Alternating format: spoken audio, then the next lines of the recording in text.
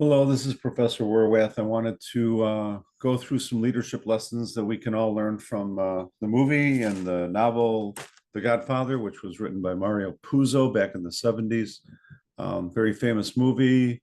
A lot of the principles here I've noticed have been followed by industry leaders and business leaders for a long time. So let's get started. In case you don't know, The Godfather is a story about a criminal syndicate, a criminal family headed by Vito Corleone, and his son Michael Corleone eventually takes over the business. And you'll see the changes in Michael as he transforms himself from a veteran and a young college grad into an actual criminal syndicate leader, which was something he was reluctant to do, by the way. Yeah, some of the best leaders are the ones that were reluctant to enter leadership. So he was very reluctant to enter leadership of the family, and he winds up getting sucked in. And as he gets sucked in, he matures. And some of these maturation processes are what we're covering today. So Michael's transformation from reluctant family member to ruthless leader exemplifies complex leadership dynamics. You want to call it approach avoidance, right? Clan-like behaviors, clan behaviors that he inherits from his family, he inherits from his father, he inherits from the industry that he's in, which is a criminal syndicate industry, right? His journey provides insight into the intersection of power and personal ambition. So he's originally not that ambitious when it comes to the family business, and then he becomes quite obsessed with it over time, right? So we talked about the clan, this clan-like organization. Loyalty is paramount. Loyalty is the first and foremost attribute that they expect of every member of the clan. The clan meaning the family, the Corleone family, which includes all the senior employees, all the junior employees. Loyalty first and foremost, right? Members exhibit absolute fidelity to their leaders, ensuring unity and action against external threats. So in essence, by being internally focused and focused on loyalty and fidelity, it protects them from external threats, meaning external, competition, pilfering, and leaks of information that could work against them in the business. Us versus them is part of the clan mentality. Clear demarcation as to who is the inside and who is the outside. His sister gets married. The new, quote unquote, new family member, at least on paper, is actually not part of the business family, but only part of the kind of organic family. So members see their family as superior, fostering a mentality of aggressive defense against rivals and outsiders. So this us versus them, this clan-like mentality creates a defensive shield against any kind of invader or any kind of threat from the outside. There's lots of important quotes. I'm going to go through maybe 4 or 5 of them. There's probably a couple dozen in this movie. These are memorable lines that encapsulate profound insight into power dynamics, strategy, and relationships. And I think these have influenced leaders in business and industry in this country and abroad for several decades now. So whether you believe them or not, there's a lot of people who think these are guiding principles for how to lead and how to manage, right? These quotes offer timeless wisdom that can be applied to contemporary leadership challenges. They emphasize strategic thinking and emotional discipline. The first one and the most famous is, of course, keep your friends close and your enemies closer, right? This is what Michael was describing as a lesson learned from his father. A most memorable line is basically your enemies and friends are always surrounding you, and most of your life is spent trying to figure out who's your friend and who's your enemy. In industry, or I'm sorry, in the military, they might use this term IFF, identify friend or foe, usually done in the airborne context. So these are aircraft approaching each other. Are those two aircraft friends of each other or foes of each other, right? It's not always easy to tell. It also means that you learn more by staying close to your enemies than by keeping them at a distance, right? Valuable insights more often come from those second order contacts than first order contacts. In other words, your enemies may teach you more about yourself than your friends do. Your friends have this tendency to tell you what you want to hear. Your enemies don't. Your enemies don't have that need, I guess, to be accepted by you. And as a result, they're more likely to be candid, and you're going to learn much more from candor. So listen to your enemies, right? Even when you think they're wrong, there might be an element of truth to what they say, right? And that's always been my philosophy, I guess, try to extract the wisdom or the knowledge or the truth from what might be a surrounding of fiction, right? Verbatim two, business is business, right? Don't be distracted by events that don't affect your business while being keenly aware of those events that do affect your business. Maniacal obsession with business, extreme focus on your goals is the key to success, right? Managed by reason more than emotion. Sonny, who was the older brother of Michael, died prematurely in the movie. He was too emotional of a leader to be effective and had emotion caught up with him very quickly. And it was probably more than he could handle in terms of, I guess, he was too emotional to even survive, I guess would be my takeaway. So business is business, right? Separate your business from your emotions. Don't let the two intertwine, right? Learn to think like those around you. When you do, then anything is possible.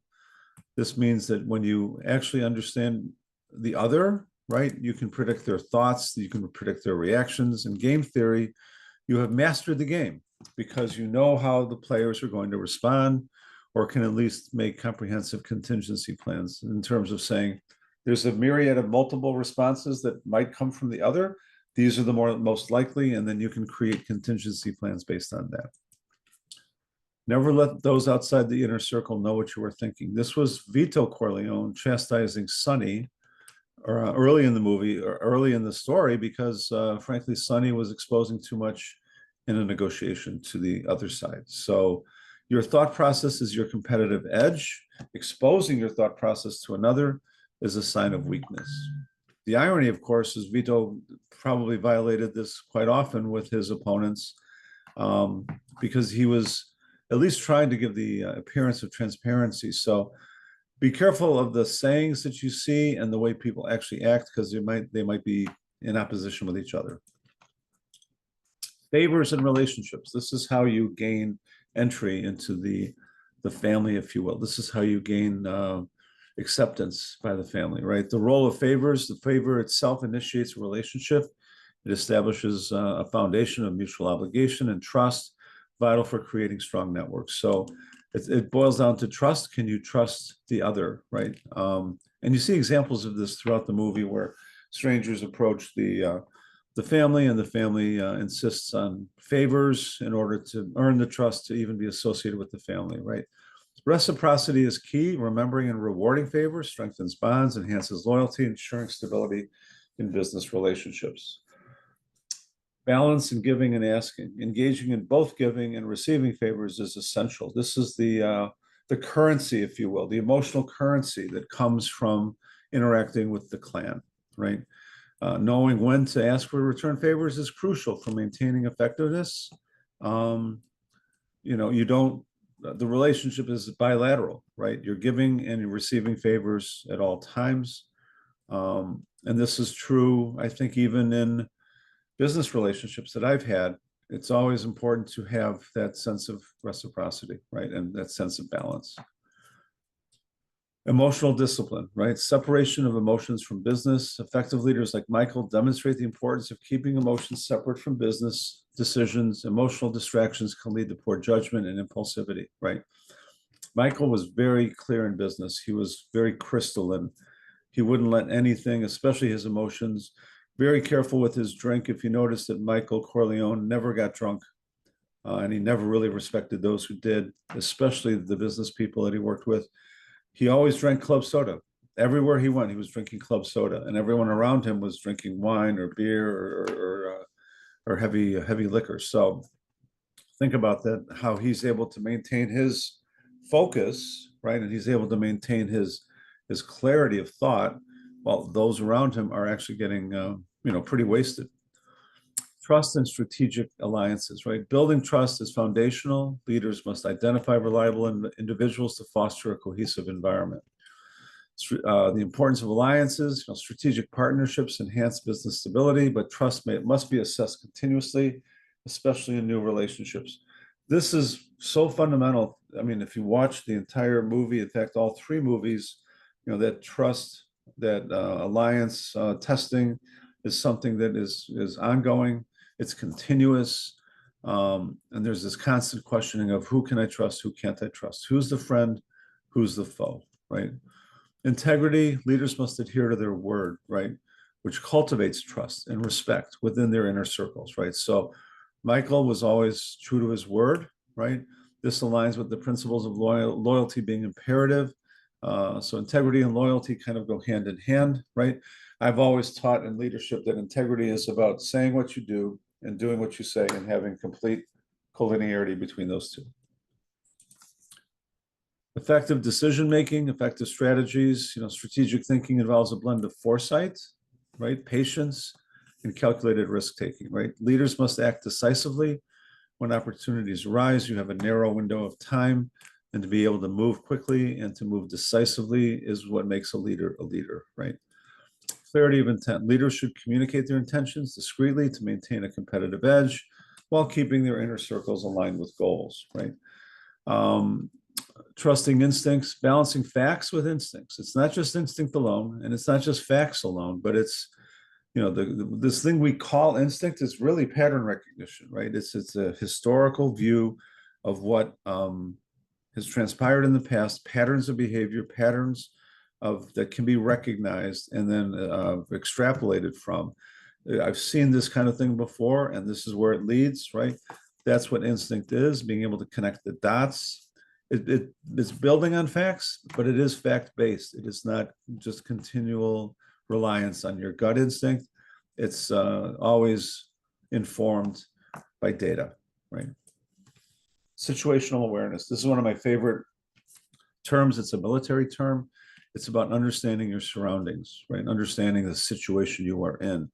Effective leaders gauge their environment at all times. They're aware of dynamics, and that allows them to lead, to anticipate, and it allows leaders to anticipate challenges and position themselves strategically, right? So assessing the situation candidly, objectively, and continuously, that is situational awareness, right? Understanding who surrounds you, what situation you're in, whether it's a good or bad one, at risk or not.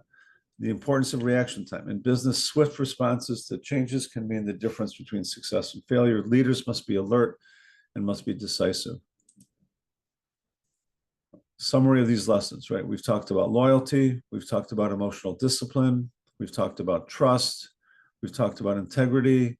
We've talked about situational awareness, right? So these are the descriptions and applications for each.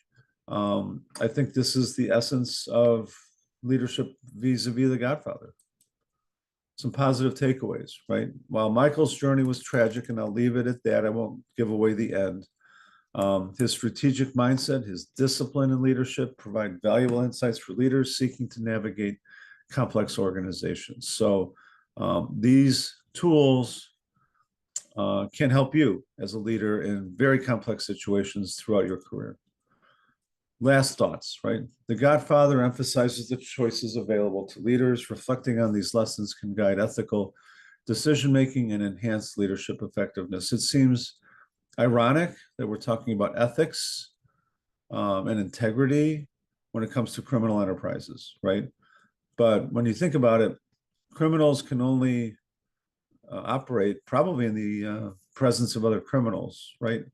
Because non-criminals won't put up with it and probably will turn them in. Criminals have this secrecy covenant that forces this kind of behavior and this kind of intense focus on integrity and loyalty and all the attributes we talked about in this session today. So hopefully, even though this was a criminal enterprise, hopefully there's something to be learned and something to be applied in your situation. Good luck.